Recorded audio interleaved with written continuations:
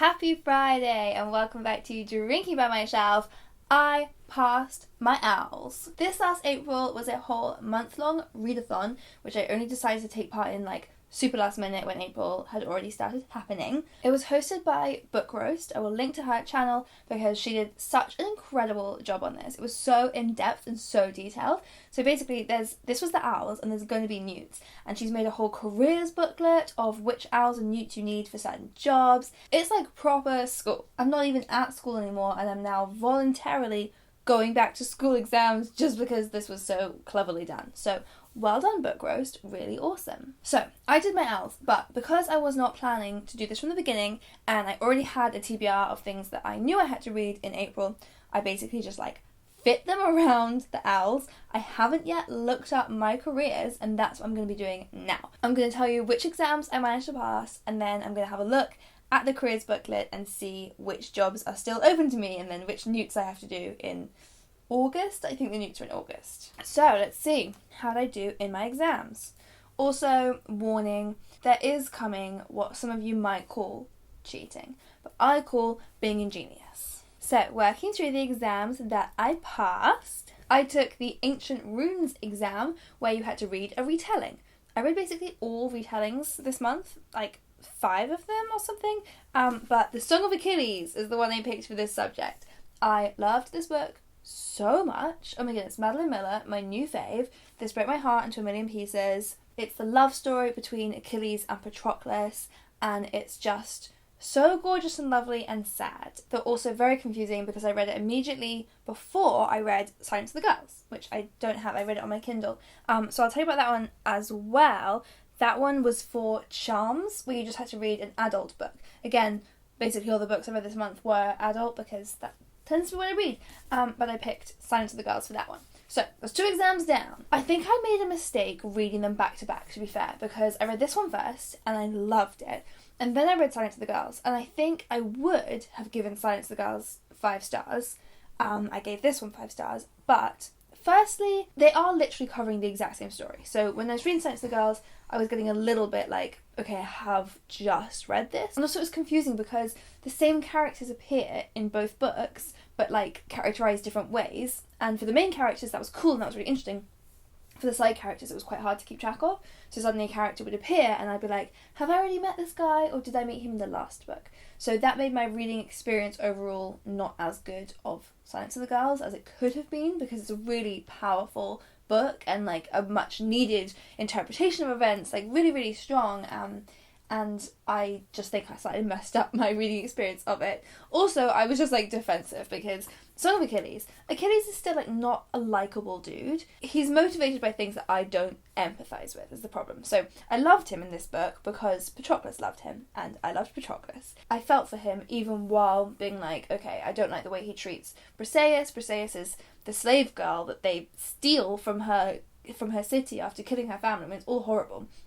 And in this one, that was painted in a slightly rosier light, whereas suddenly you go to Silence of the Girls. In Silence of the Girls, Achilles and Patroclus aren't portrayed as lovers. They do have this incredible bond, but it's not romantic. And the treatment of Briseis is much more brutal and horrible, and probably much more realistic. I mean, the whole thing is a fictional story, but more realistic of what probably happened in those wars. So Silence of the Girls is probably a more important and more powerful book. But Song of Achilles was so romantic and nice, and wonderfully written. They were both wonderfully written.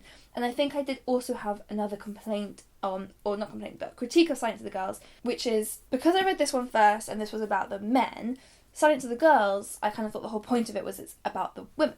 But actually, you do still end up hearing a lot of chapters from Achilles' point of view. And at that point, I kind of was I don't want that anymore. It was just a confusing experience reading them both at the same time, and I probably shouldn't have, and I would recommend them both very, very strongly, but just read them separately. Okay, that's 2 hours I've got so far. Then I took, and this is where the cheating comes in for the first time, there's a few, Care of Magical Creatures. And for that one, you had to read a book with a land animal on the cover. And so, this one doesn't have an animal on the cover, but it is called Mr. Fox. And a fox is a land animal. Can I have it? Can I have it? I'm going to say that it does count because a fox is a land animal. And anyway, I read it, so I want the credit for it. Mr. Fox is a bizarre book. I've been on a bit of a Helen Oyeyemi kick lately. And this one I didn't love as much as the others that I've read so far. And I think that's maybe because it is a novel rather than a short story collection, but it is made of lots of different stories, just so the same characters are in like different forms throughout the story, so they all connect together. But it felt, therefore, a bit more bitty. And what I've really liked about the other books I've read of hers is even while they are so weird and you don't always know what's happening, they're really enchanting and you get sucked in. You feel like you kind of can't get out of the story. Whereas in this one, because it kept jumping around so much, I was never sucked in the same way. So I didn't love it, but I still really enjoyed it. I still think that Helen Oyeyemi is fantastic. And just like all of the others, I want to read it again. I always finish them and find that I instantly want to read it again to see what layers I uncover next time. So still really cool book, just not my fave of hers. Cheating number 2 coming up. So for the History of Magic exam, you had to read a book that was 10 years old, like published more than 10 years ago. And I read half of 2, which makes 1, right? I read the first half of Immortality by Milan Kundera, and this one, you can see, I'm halfway through, a little more than halfway through in fact.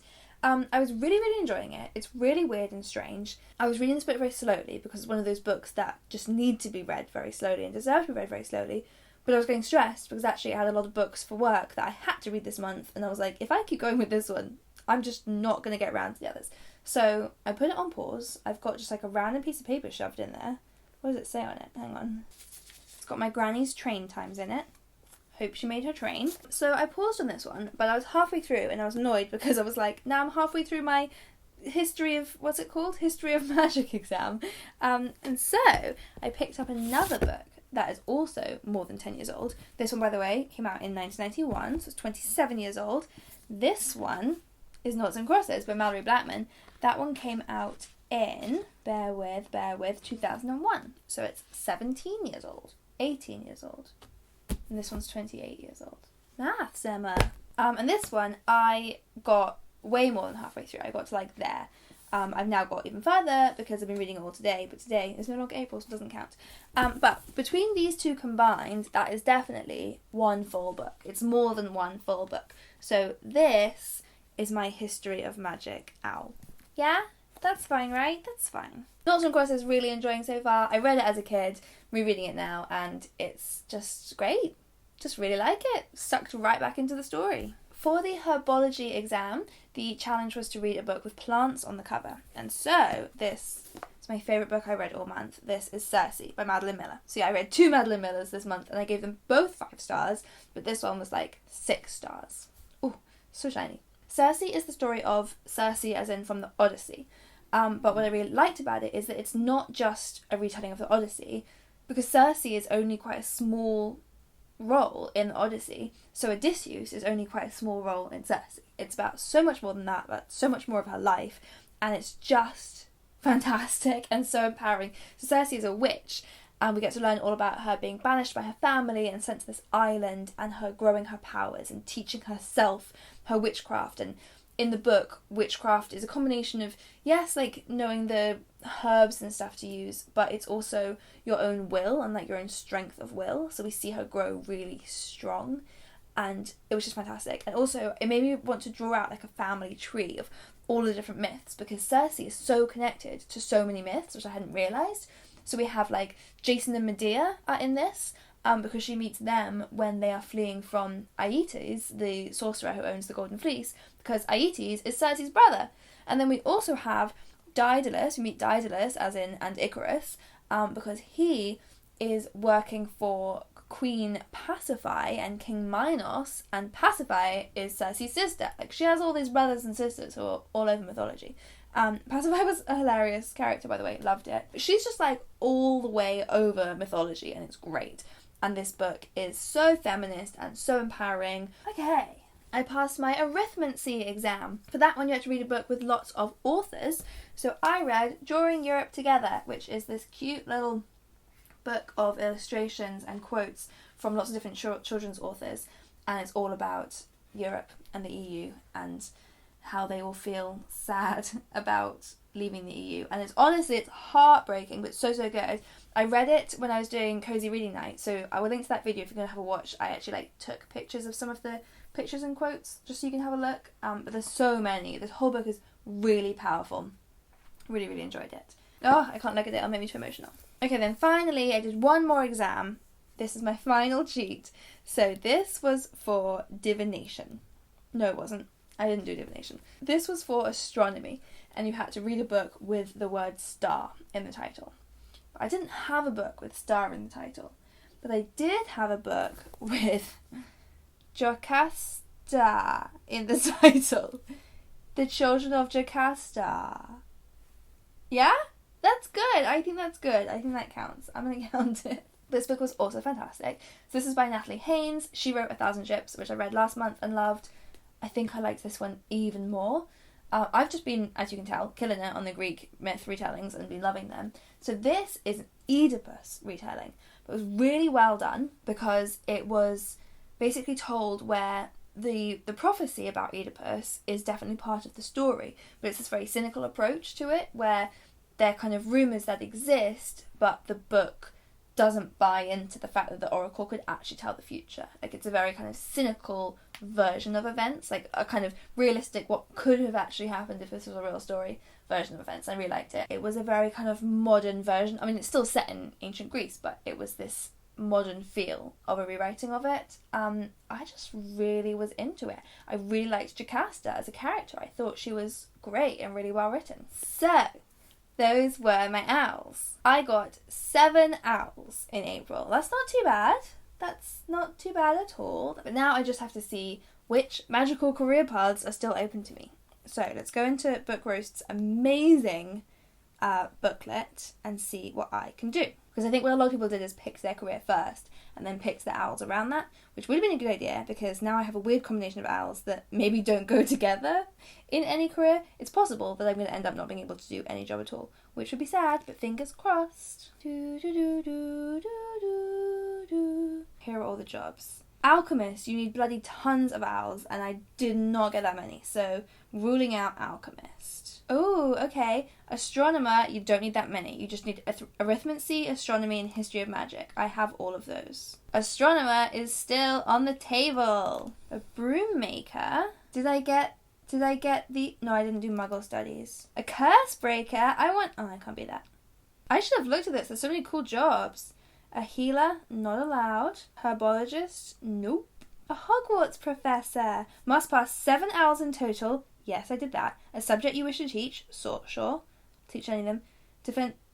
Oh, you have to do defense against the dark arts and then some extras. Ugh, to be a journalist? Nope, can't do that. Librarian! I work with books. Ugh. Defense against the dark arts again. It's popping up everywhere. A metal charmer? Is that bloody defense? A mind medic. What's a mind medic? Can't be it anyway. I should have really done defense against the dark arts. I just had to read a book beginning with R for that. I probably could have done that quite easily, but I didn't. That would have opened up way more jobs. Potioneer? Nope, didn't do potions. A seer? Nope, didn't do divination. A wand maker? I can do this one, yeah? Runes, arithmancy, magical creatures, charms, and herbology. Yes! I can be a wand maker! That sounds like a good job. That's the end. Those are my only jobs. Wow, I should have planned this so much better. Okay, well, that's fine. So I can be either an astronomer or a wand maker, and come August, I will do the right newts to make sure I become one of those things. Otherwise, they'll kick me out of Hogwarts and out of the magical wizarding world forever. So let me know what owls you did and what jobs you're going for. Some of you guys have been doing this way more organised than me, and I think it's really cool. So let me know how I should have done this. And of course, give this video a thumbs up to say hi, and leave me a crystal ball emoji in the comments below because we're feeling all magic-y today. And hit that subscribe button if you haven't already because I post new videos every Friday and also other days of the week. See you next time!